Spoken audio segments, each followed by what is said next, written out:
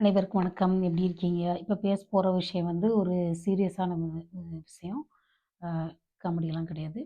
அதாவது சமீபத்தில ம் வேளாங்கண்ணியில ஒரு பஸ்ஸும், வேனும் மோதிக்கிட்டதுல ஒரே குடும்பத்தை சேர்ந்த 6 பேர் இறந்து போயிட்டாங்க. அந்த 6 பேர்ல 2 பேரு ஆஸ்திரேலியாவிலருந்து போன ஒரு குடும்பம். மத்தவங்க வந்து சொந்தக்காரங்க. அ ஒரு அம்மா, அப்பா, 2 பொண்ணுங்க இருக்கிற குடும்பம் அங்க போயிருக்காங்க. அதில அப்பா இறந்துட்டாரு. அதில ஒரு ஒரு ஒரு பொண்ணு, சின்ன பொண்ணு 6 வயசு பொண்ணு இறந்துட்டாங்க. இப்ப அம்மாவும், ஒரு டீனேஜ் பொண்ணும் இருக்காங்க. அந்த டீனேஜ் பொண்ணு வந்து கோமா ஸ்டேஜ்ல இருக்காங்க. இத வந்து நான் டெய்லி மெயில் ஆஸ்திரேலியான்ற Facebook பேஜ்ல பார்த்தேன். ரொம்ப கஷ்டமா இருந்தது. ஏன்னா, இப்ப இந்த ஆக்சிடென்ட்ல அம் யாரோட தப்பு அதெல்லாம் எனக்கு தெரியாது. பஸ்ஸும், வேனும் மோதிக்கிட்டு இருக்கு. அம் என்ன கேட்டா, நம்ம ஊர்ல டிரைவிங் லைசென்ஸ் குடுக்குறாங்க இல்லையா? அதிலேயே சிக்கல் இருக்கு. இப்ப நான் 2009ல ஒரு டிரைவிங் லைசென்ஸ் வாங்குனேன். காரு. அ ஒரு 1 வாரம் தான் ஓட்ட கத்துக்கிட்டேன். அந்த ஸ்கூட்டர். அந்த ஸ்கூட்டருக்கும் சேர்த்து அந்த ஸ்கூட்டருக்கு டெஸ்ட்டே வைக்கல.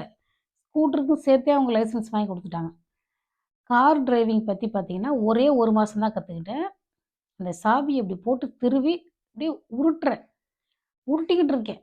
உருட்டுனதுக்கு போயி, அவங்க லைசென்ஸ் குடுத்துட்டாங்க. அதாவது அந்த லைசென்ஸ வாங்கினப்போ கொஞ்சம் சந்தோஷமா இருந்தது. ஆனா, அது முழுசா சந்தோஷப்பட முடியல. அத வச்சு எந்த பிரயோஜனம் எனக்கு கிடையாது. அதனால செலவு, நேரம் எல்லாமே வீண் தான். ஆஸ்திரேலியாவுக்கு வந்ததுக்கப்புறம் நான் அ திரும்பவும் நான் ஹெல்ப்லைட்லேருந்து ஆரம்பிச்சு, இங்க வந்து சரியா டெஸ்ட் அட்டெண்ட் பண்ணலன்னு வச்சுக்கோங்க, ஃபெயில் பண்ணிடுவாங்க.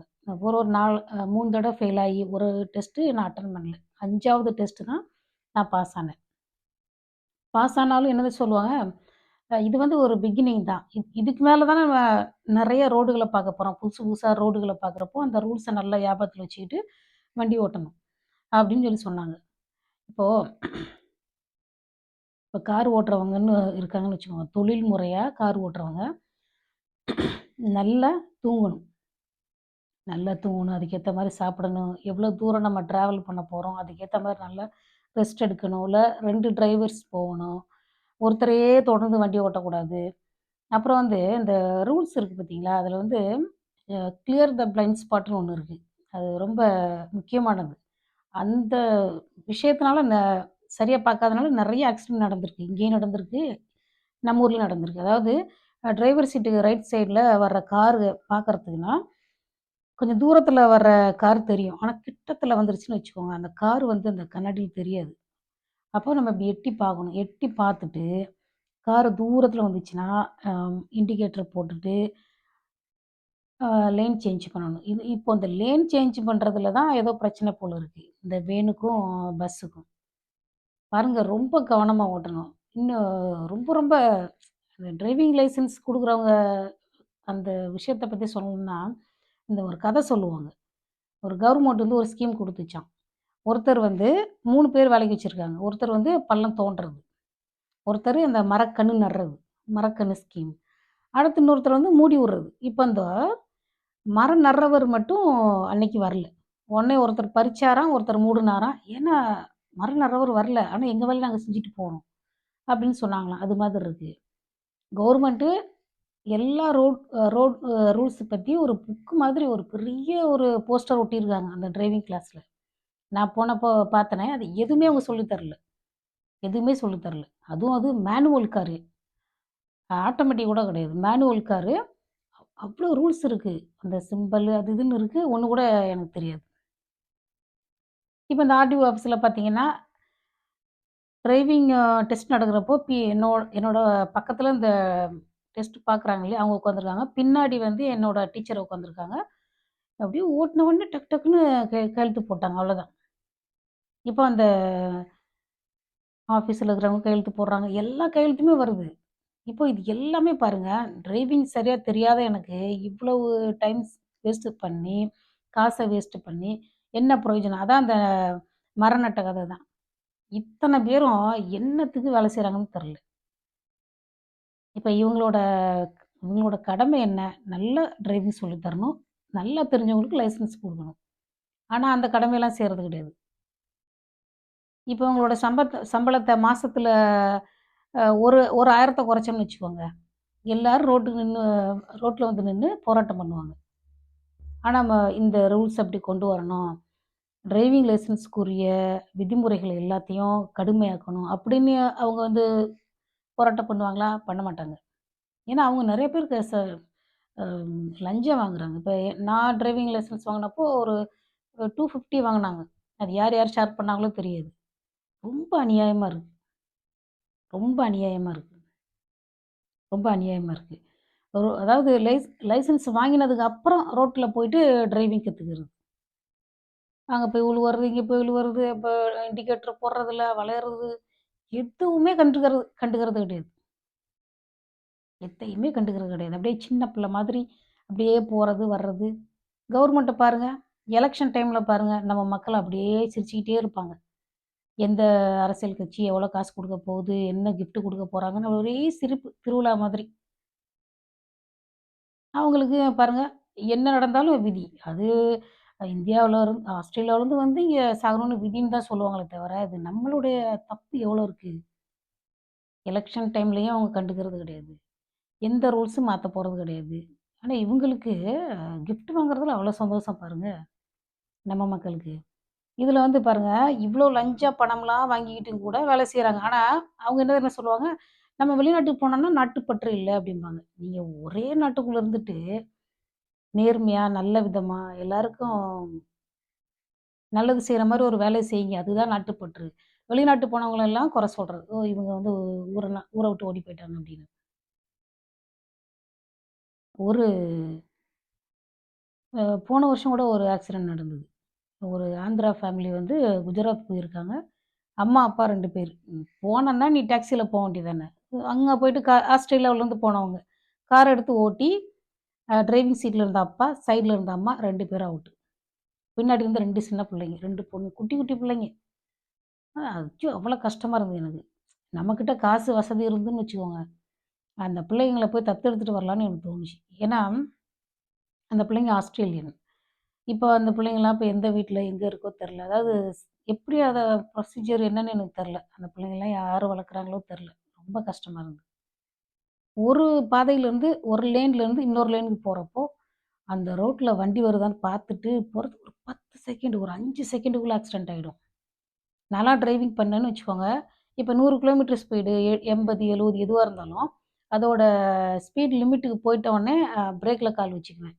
நான் 50 கிலோமீட்டர்ல போனா கூட 50 ரீச் ஆன உடனே பிரேக்ல கால் வச்சுக்குவேன். அந்த மாரி பண்ணதுனால, இந்த ரவுண்ட் அபவுட்லலாம் சிலர் என்ன பண்ணுவாங்க, அதாவது வயசானவங்க, அந்த மாரி வயசானவங்க தான் மத்தவங்கலாம் அப்படி பண்ண மாட்டாங்க.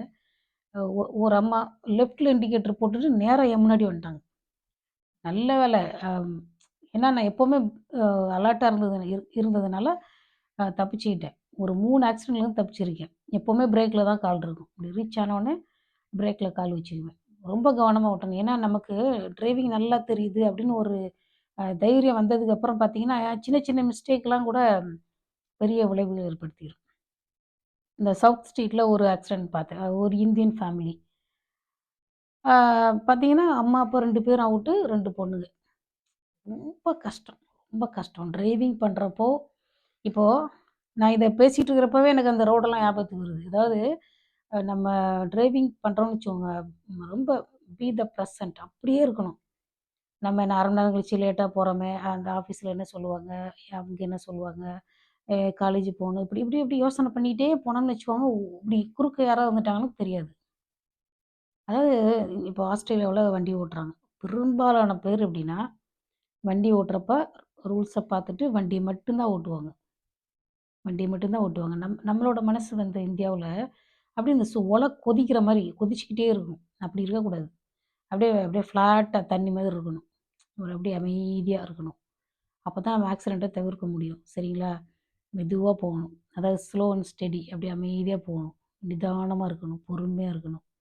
ஏன்னா, ஒ நம்மளோட இறப்ப வந்து யாராலயும் வந்து சரிக்கட்ட முடியாது. இப்போ அந்த மெல்பர்ன்ல அந்த அப்பா இறந்துட்டாரு. அந்த 6 வயசு புள்ள இறந்துடுச்சு. இப்ப அம்மாவும் ஒரு புள்ளையும் மட்டும் இருக்காங்க. அவங்க எப்படிதான் வாழ போறாங்கன்னு தெரியல. உலகத்துல இப்படி ஒரு கஷ்டம் யாருக்குமே வரக்கூடாது. தாத்த தான் பெத்த ஒரு சின்ன பிள்ளை இறந்து போச்சு. அந்த அந்த கூட பிறந்த புள்ள இல்லாம அந்த பிள்ளை எப்படிதான் வளர போகுதுன்னு தெரியல. ஏன்னா, எனக்கு தெரியும். நம்ம கூட பிறந்தவங்க இறந்து போயிட்டா எப்படி இருக்கும் கஷ்டம்னு எனக்கு தெரியும். நான் பார்த்துருக்கேன். அவ்வளோ கஷ்டம். அப்பா இல்ல. எவ்வளோ கஷ்டம் தெரியுமா? இப்ப என் வயசுக்கு இப்ப எனக்கு கல்யாணம் ஆகி 10 வருஷத்துக்கு மேல ஆகுது. எங்க அம்மா இருந்தத இன்னும் என்னால தாங்கிக்க முடியல. இப்ப நான் யோசிக்கிறேன். எங்க அம்மா இல்லாத வீட்ட நான் எனக்கு பார்க்கவே இஷ்டம் இல்ல. நான் இந்தியாக்கே போமாட்டேன். அப்படின்னு சொல்லிட்டு இருக்கேன். ஏன்னா, எப்போதுமே எங்க அம்மா என் முன்னாடி இருக்கணும். எங்க அம்மா இல்லாத வீட்ட பார்க்குறப்ப எனக்கு அவ்வளோ ஆத்திரம் வருது. அவ்வளோ ஆத்திரம் வருது.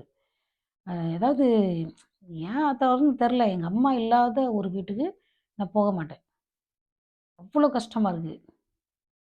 அப்ப வந்து இந்த சின்ன பிள்ளைங்களுக்கெல்லாம் எவ்வளோ கஷ்டம். அம்மா இல்லாம, அப்பா இல்லாம. நம்ம வேகமா போய் எந்த விஷயத்தையும் சாதிக்க போறதில்ல. நான் ஒரு நாள் பார்க்குறேன் ஸ்கூட்டர்ல போனப்போ ஒரு ஊர்ல, அந்த என்ன அதெல்லாம் எந்த ஊர்? ஆ அந்த அதெல்லாம் ஒரு ஊரே கிடையாது. சிக்னல் கோடு போட்டிருப்பாங்க தெரியுமா? அத தாண்டி ஒரு 4 அடி தள்ளி நிக்கிறாங்க. உடனே சிக்னல் போட்டோனே வேகமா போறாங்க. அது என்ன ரூல்ஸ்ல ஓட்டுறாங்கன்னே தெரியல. பார்த்தீங்கன்னா, பின்னாடி யாரோ தொரத்திக்கிட்டு போற மாதிரி ஏதோ போலீஸ்காரங்க தொரத்திக்கிட்டு போனா எப்படி போவாங்க? அப்படி ஓட்டுறாங்க. அதுல ஹெல்மெட்டும் கிடையாது. ஹெல்மெட்டும் கிடையாது. எனக்கும் ஹெல்மெட் கிடையாது. வண்டிய ஓட்டுனவருக்கும் ஹெல்மெட் கிடையாது. ரொம்ப கஷ்டம். ரொம்ப கஷ்டம். அதாவது நான் யாரோ இறந்து போறாங்க நமக்கு என்ன அப்படின்னு நம்ம நினைக்கக்கூடாது. அது ஒவ்வொருத்தருக்குமே அந்த ப்ராப்ளம் இருக்குது. ஒவ்வொருத்தருக்கும் அந்த சூழ்நிலை வர்றதுக்கான எல்லா வாய்ப்புமே இருக்குது. ஹெல்மெட் போ ஹெல்மெட் போடணும். நல்லா தரமான ஹெல்மெட்டா வாங்கணும். பொறுமையா போகணும். அவசரப்படவே கூடாது. அப்புறம் டிரைவிங் வேலை செய்றவங்க நல்லா தூங்கணும். அந்தந்த வேலைக்குரிய மாதிரி ஒரு நீங்க ஃபிட்னஸ வச்சுக்கணும். அ சரியா தூங்காம இருக்கிறது, அப்புறம் வண்டி எடுத்துட்டு போறது, அப்படியே சமாளிச்சுக்கலாம். அப்புறம் சிலர் என்ன பண்ணுவாங்க தெரியுமா? அந்த பக்கம் வண்டி வர்றத சரியா பார்க்காம விட்டுறது. சில சமயம் டக்குனு வண்டி வந்துரும். எங்கேருந்து தான் வருதுன்னு தெரியாது. அப்படியெல்லாம் வண்டி வரும். அப்ப வந்து நான் வண்டி வராதுன்னு நெனச்சேன் அப்படின்னு சொல்லிட்டு போறது. ஏன்னா அது வந்து ஒரு கெஸ்ஸிங்ல ஒரு ஏதோ எக்ஸாமுக்கு நம்ம ஆன்ஸர் எழுதுறது வந்து சும்மா குத்துமதிப்பா எழுதுவோம். ரோடு வந்து அப்படி கிடையாது. நான் என் லைஃப்ல பிசிக்ஸ், கெமிஸ்ட்ரி பிராக்டிகல் எக்ஸாம்க்கு அடுத்தபடியா நான் செஞ்ச ஒரே பிராக்டிகல் எக்ஸாம் டிரைவிங் டெஸ்ட் தான். அவங்க வந்து டிரைவிங் டெஸ்ட் நடத்துறப்பவே பேசிக்கிட்டே இருப்பாங்க ஆஸ்திரேலியாவுல. அந்த மாதிரி அவங்க அந்த டெஸ்ட் பண்ண வர்றாங்க இல்லையா, அவங்க பேசிக்கிட்டே இருப்பாங்க. அந்த அப்படி பேசிக்கிட்டே இருக்கிறப்பவே நிறுத்த சொல்லுவாங்க, ரிவர்ஸ்ல போ சொல்லுவாங்க, அங்க போங்க பேசிக்கிட்டே இருக்கிறப்பவும் நம்ம கரெக்ட்டா ஓட்டணும். அதுதான் டெஸ்ட்டு. பேசாம அப்படியே அமைதியா இருக்க மாட்டாங்க. ஏதாவது கேள்வி கேட்டுக்கிட்டே இருப்பாங்க. ரிவர்ஸ் பார்க்கிங் பண்ணணும். இங்க வந்து டிரைவிங் டெஸ்ட் வந்து கஷ்டம். ஆனா ஓட்டுறது ஈஸி. ஆனா இந்தியாவுல ரொம்ப ஈஸியா டிரைவிங் டெஸ்ட் வாங்கிட்டு ரோட்ல வந்து ஓட்டுறாங்க. அது ரொம்ப ஆபத்தானது. ஏன்னா நம்ம இங்க இப்போ ஒரு லட்சம் கோடி இருந்தா கூட இந்த இறந்து போனவங்கள திருப்பி கொண்டு வர முடியாது. அவ்வளோதான், அவ்வளோதான். இன்னைக்கு உயிரோட பேசிட்டு இருக்க ஒரு மனுஷன் அடுத்து குப்பை. மண்ணுக்கு தான் போணும் அவ்வளோதான். ஒண்ணுமே பண்ண முடியாது. பாவம். ஐயோ! ஒண்ணுமே பண்ண முடியாது. ரோட்ல போயிட்டு போனீங்கன்னா, அமைதியா வண்டி மட்டும் ஓட்டணும். யாராவது ஒரு சிலர் தப்பா ஓட்டுவாங்க. அதையும் நம்ம சமாளிச்சு ஓட்டுற அளவுக்கு நம்ம நிதானமா இருக்கணும். கோவப்படுறது, சண்டை போடுறது, பின்னாடி பிள்ளைங்க கத்துச்சுன்னா அதுக்கு ரியாக்ஷன் குடுக்குறது அப்படிலாம் பண்ணக்கூடாது. பாட்டு மெதுவா அமைதியா போயிட்டே இருக்கணும். முதல்ல டிரைவிங் டெஸ்ட்டு சரியா நடத்தணும் இந்தியாவுல. அதாவது இந்திய மக்கள் நல்லவங்க தான். இந்திய மக்களுக்கு வந்து பாவம், புண்ணியத்து மேல நெறைய நம்பிக்கை இருக்கு. அதெல்லாம் எனக்கு தெரியும். ஆனா நீங்க வந்து யார் எப்படி போனா என்ன? அப்படின்னு சொல்லிட்டு இதெல்லாம் ரூல்ஸ் கொண்டு வரணும் அப்படின்னு போராட்டம் பண்ணுங்களேன். என்ன சம்பள உயர்வு கேட்டு போராட்டம் பண்றீங்க? அப்படியே பிடிவாதமா? நீங்க சம்பளத்துக்கு மேல காசு வாங்குறீங்க. எனக்கு நல்லா தெரியும். ஆர்டிஓ ஆஃபீஸ்ல சம்பளத்துக்கு மேல காசு வாங்குறீங்க. அதெல்லாம் அப்புறம் வந்து பாவமா தான் சேரும். இந்த மாரிலாம் ஆக்சிடென்ட் ஆகுது பாருங்க. இந்த பாவம்லாம் உங்க மேல தான் எழுதி வைப்பாங்க. உங்க மேல தான் எழுதி வைப்பாங்க கடவுள். புரியுதுங்களா? அதனால பாவம் பண்ணாதீங்க. ரூல்ஸ மாத்துறது கேளுங்க. அப்படி கேட்டா தானே உங்களுக்கு நாட்டுப்பற்று இருக்குன்னு அர்த்தம். உங்களுக்கு நாட்டுப்பற்றே இல்ல. சும்மா அங்க உட்காந்துக்கிட்டு தேசிய கொடிய வணக்கம் செலுத்துறது, முட்டாய் திங்கிறது, நான்லாம் பாரு இந்தியாவுலயே இருக்கேன் அப்படின்னு பெருமை பேசுறதெல்லாம் அநியாயம், தப்பு. நாட்டுப்பற்று அப்படிங்கிறது, அப்புறம் மனித பற்றுங்கிறது, ஒரு வேலையில ஒரு உருப்படியா விரும்பி அந்த வேலைய செய்யறது, அந்த வாங்குற சம்பளத்துக்கு உண்மையா இருக்கிறது, அதெல்லாம் செய்யணும்ல. சும்மா நாட்டுப்பற்றுனா, அ அந்த ஊர் ஆதார் கார்டு வச்சுக்கிறதுக்கு பேர் நாட்டுப்பற்றா? இப்ப நான் எதுக்கு பேசுறேன்? ஆமா, YouTubeலேருந்து எனக்கு லட்சக்கணக்குல வரப்போகுது. நல்லா எலக்ஷன் டைம்ல 14 நிமிஷம் ஆயிடுச்சு. எலக்ஷன் டைம்ல பார்த்தீங்கன்னா, ஒரே சிரிப்பு. ஒரே சிரிப்பு. ஏதோ பொண்ணு பார்க்க வந்த மாதிரி. அந்த கட்சிக்காரங்க இவ்வளோ காசு குடுத்தாங்க, இந்த கட்சிக்காரங்க இவ்வளோ காசு குடுத்தாங்க. ஒரே சிரிப்பு சிரிப்பா இருக்கும். அப்படியே அந்த அந்த காலத்து இலக்கியங்கள்ல வர்ற மாதிரி, ஒவ்வொரு கட்சிக்காரங்களும் வண்டியில வர்றதென்ன, பூ போடுறதென்ன, அரசியல்ங்கிறது ஆஃபீஸ் வேல மாதிரி தான். அதுல என்ன பூ தூவுறதென்ன, மலர் தூவுறதென்ன, இன்னும் கடவுள் வர்ற மாதிரி. கிஃப்ட் குடுக்குறத பாருங்க. அந்த அந்த இந்த இந்த ஈரோட, நாமக்கல் இது ஈரோட்டு பக்கம் என்னென்ன கிஃப்ட் குடுத்தாங்க தெரியுமா? கிஃப்ட் வாங்க தெரியுது. அப்புறம் ரோட்ல நடக்கிற எல்லா கொடுமைகளுக்கும் நீங்க தான் காரணம். கை நீட்டி காசு வாங்குறவங்க தான் காரணம். நான் ஒருத்தர்ட்ட பேசுறேன் இந்தியாவுல இருக்கிறப்போ, இனிமேல்லாம் காசு குடுக்கலன்னா யாரும் வாக்கு செலுத்த மாட்டாங்க. அந்த மாரி மக்களுடைய மனசு மாறிருச்சு. ஏன்னா பயங்கர காசு மைண்டடா ஆயிட்டாங்க நம்ம மக்கள். ஒரு அ கூட்டம் நடக்குது. கூட்டம் நடந்த உடனே எல்லாரும் சேர தூக்கிட்டு தலையில வச்சுட்டு போறீங்க. பார்க்கறதுக்கே அசிங்கமா இருக்கு. பார்க்கறதுக்கு ரொம்ப அசிங்கமா இருக்கு. நம்ம ஒரு காலத்துல வந்து 3 நேரம் 80ஸ், 70ஸ்லலாம் 3 நேரம் சோறு திங்கிறதுக்கே நம்ம வந்து போதும். சோறு தின்னா போதும். கம்பு, சோளம், கேழ்வரகு 3 நேரம் சாப்பாடு கிடைச்சா போதும் நம்ம இருந்தோம் ஒரு காலத்துல. 3 நேரம் சாப்பாடு கிடைச்சா போதும்னு நெனச்சோம் நம்ம. ஆனா இப்ப எவ்வளோ சாப்பாடு கிடைக்குது? எவ்வளோ ட்ரெஸ் கிடைக்குது? தேவையில்லாத எவ்வளோ வெட்டி செலவு பண்றீங்க? ஆனா வெட்கமே இல்லாம சேர தூக்கி தலையில வச்சுட்டு போறீங்களே! உங்களுக்கு வெட்கமே கிடையாதா? ஒரு கடலூர் பக்கம்னு நெனைக்கிறேன். மலர்கண் ஏதோ ஒரு ஃபங்ஷன்ல காய்கனியெல்லாம் வந்து தொங்க விட்டுருக்காங்க. உதயநிதி ஸ்டாலின் வந்துட்டு போனோனே எல்லாருமே பிக்கிறீங்க. சரி பிக்கிறீங்க. எல்லாத்தையும் எடுத்து மொத்தமா ஒரு இடத்துல வச்சு, அந்த ஊர்க்காரங்க அப்படியே ஷேர் பண்ணிக்கலாம்ல. வெட்கமே இல்லாம குரங்கு மாதிரி ஏறி மரத்துல ஏறி பிச்சுக்கிட்டு இருக்கீங்க. உங்களெல்லாம் பார்த்தா எப்படி இது அம் எப்படி பிள்ளைங்க சின்ன பிள்ளைங்க மதிப்பாங்க? இங்கெல்லாம் பார்த்தீங்கன்னா, ஆஸ்திரேலியாவுல ஒரு ஒரு ஆளுக்கு இன்னொரு ஆளுக்கு இடையில ஒரு 1 அடிக்கு 1 1/2 அடிக்கு மேல தள்ளி நிக்கிறாங்க. இங்க நம்ம ஊர்ல பார்த்தீங்கன்னா, வெட்கமே கிடையாது. முண்டி அடிச்சுக்கிட்டு போயிட்டு வாங்குறது, எடுக்கிறது. வெளியில இருந்து பார்த்தா இந்தியா முழுக்க அப்படியே ஒரு அம் அப்படியே பரதேசி மாதிரி அடிச்சுக்கிறத தான் பார்ப்பாங்க. பொதுவா அப்படிதான் பார்ப்பாங்க. இந்தியா முழுக்க அப்படித்தான் இருக்குது. ஒரே கூட்டம், நெரிசலு. எத பத்தியும் கவலைப்படுறது கிடையாது. இந்த இந்த நியூஸ் வந்து இன்னும் 2 நாள் அவ்வளோதான். ஆனா இதுக்கப்புறமும் ஒரு ஆக்சிடென்ட் நடக்காம இருக்கணும்னா, ஆர்டிஓ ஆஃபீஸ்ல வேலை செய்றவங்க படிச்சிருக்கீங்க தானே! எங்க வீட்லலாம் இந்த மாரியெல்லாம் பேசினா புடிக்கவே மாட்டேங்குது. அரசியல் பேசக்கூடாதுன்றாங்க. நான் சொல்றேன் கேளுங்க. மாப்பிள ஆர்டிஓ ஆஃபீஸ்ல வேலை பார்க்குறாரு. சம்பளம் வாங்குவாரு, கிம்பளம் வாங்குவாருன்னு சொல்லி பொண்ணு குடுக்குறீங்களே உங்களுக்கெல்லாம் மனச்சாட்சியோட பேசுங்க. கடவுள் பார்த்துக்கிட்டே இருப்பாரு. உங்க சம்பளத்தில ஒரு ரூ. 500 குறைச்சா கூட உங்களால தாங்கிக்க முடியாது. உடனே வந்து ரோட்ல நின்னுகிட்டு அ எந்த அதாவது அங்கெல்லாம் எல்லா ஆஃபீஸ்லயும் 2, 3 கட்சி இருக்கு. உடனே போராட்டம் பண்ண வந்துர்றது. இனிமே யாராவது வெளிநாட்டுக்கு போனவங்கள பத்தி நாட்டுப்பற்று இல்லன்னு சொன்னீங்கன்னு வச்சுக்கோங்க, வாய் இருக்காது சொல்லிட்டேன். உள்ளூர்ல இருந்துகிட்டு நீங்க என்ன நாட்டுப்பற்றோட இருக்கீங்க? இந்திய நாட்டுப்பற்றா இருக்காங்களாம். அந்த ஃபாரினுக்கு போனவங்கலாம் மோசமானவங்களாம். ஒழுங்கா டாக்ஸ் கட்டுறது கிடையாது. ஒழுங்கா ரூல்ஸ ஃபாலோ பண்றது கிடையாது. ஏன்னா அப்படி இந்த பக்கம் சம்பளம் சம்பளம் வாங்குறது, அப்புறம் லஞ்சம் வாங்குறது, எல்லாத்தையும் எடுத்து அந்த பொண்டாட்டி நகையா தான் போடுறது. இந்த இந்த பொண்டாட்டிகள் சரியில்லாதனால தான் இந்த நாடு இப்படி ஆயிடுச்சு. நான் இந்த இந்த மாரி கு பாவ பணத்துல நான் எந்த நகையும் வாங்க மாட்டேன்னு எவளாவது சொல்றாளா? அப்படியே ஜிலு ஜிலுன்னு போட்டுக்கிட்டு திரியறது. அப்புறம் நான் நல்லா ஏதாவது எனக்கு வாயில வந்துரும். நானும் நிதானா பேசணும்னு தான் நெனைக்கிறேன். நான்லாம் தங்க செயின் போடுறதே விட்டுட்டேன். எனக்கு செயின் தங்கமே வேணாம்னு விட்டுட்டேன். எனக்கு தேவையே கிடையாது.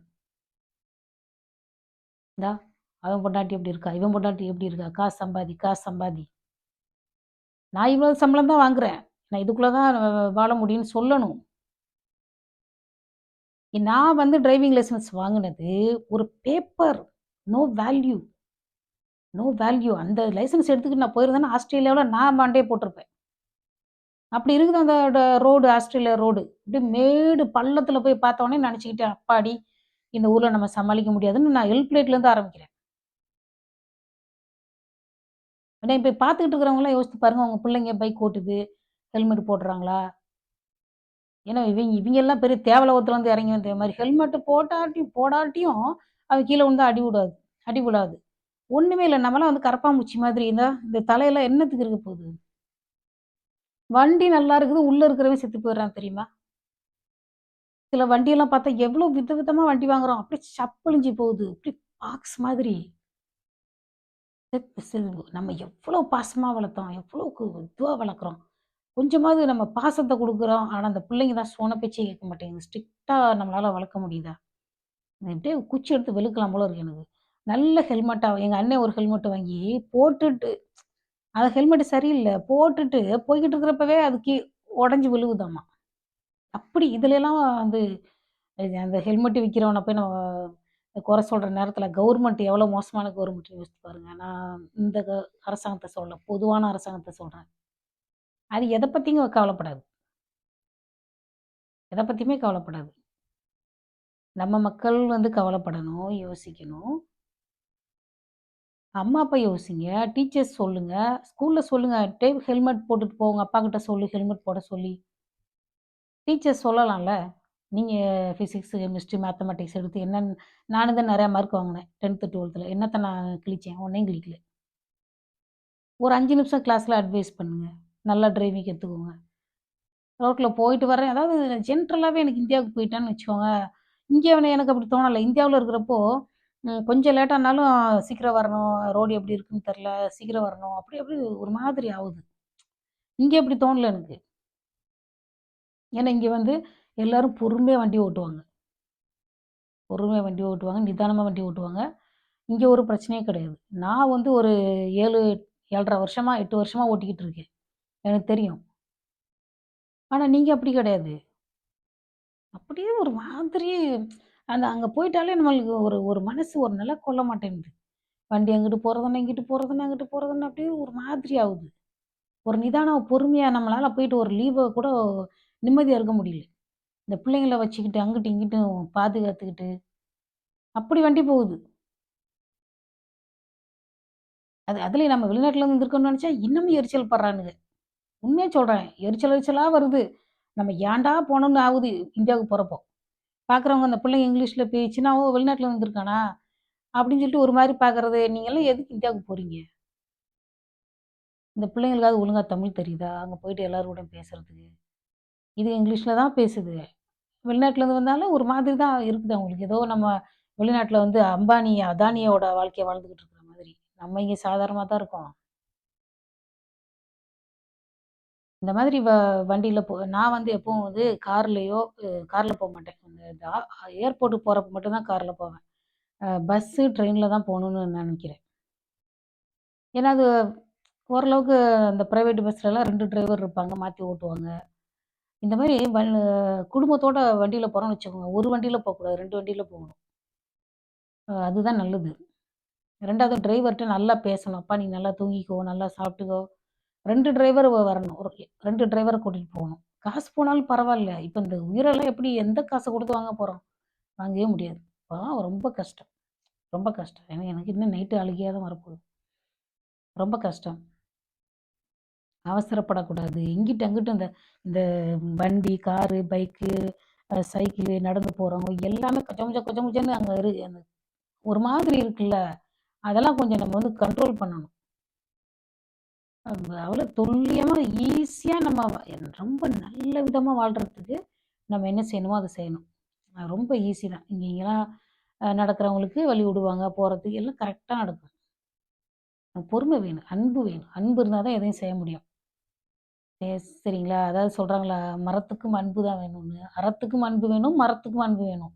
மரம்னா சண்டை. வீரமா சண்டை போடுறதுக்கும் அன்பு இருந்தா தான் அந்த போர நிறுத்துவேன். இல்லாட்டி அப்போ தொடர்ந்து என்ன ஆனாலும் பரவாயில்லன்னு அடிச்சுக்கிட்டே இருப்பேன். புரியுதுங்களா? 24 இது 25ஓட முடிச்சுக்கலாம். முதல்ல வண்டி ஓட்டுறப்போ, முக்கியமான ரூல்ஸ் வந்து இந்த கண்ணாடிய பார்க்கறது. அந்த ஜன்னல் பக்கம் அப்படி எட்டி பார்த்தோம்னா வண்டி வர்றது தெரியும். 2வது அவசரப்பட்டு லேன் சேஞ்ச் பண்ணக்கூடாது. 3வது வந்து நல்லா தூங்கணும்.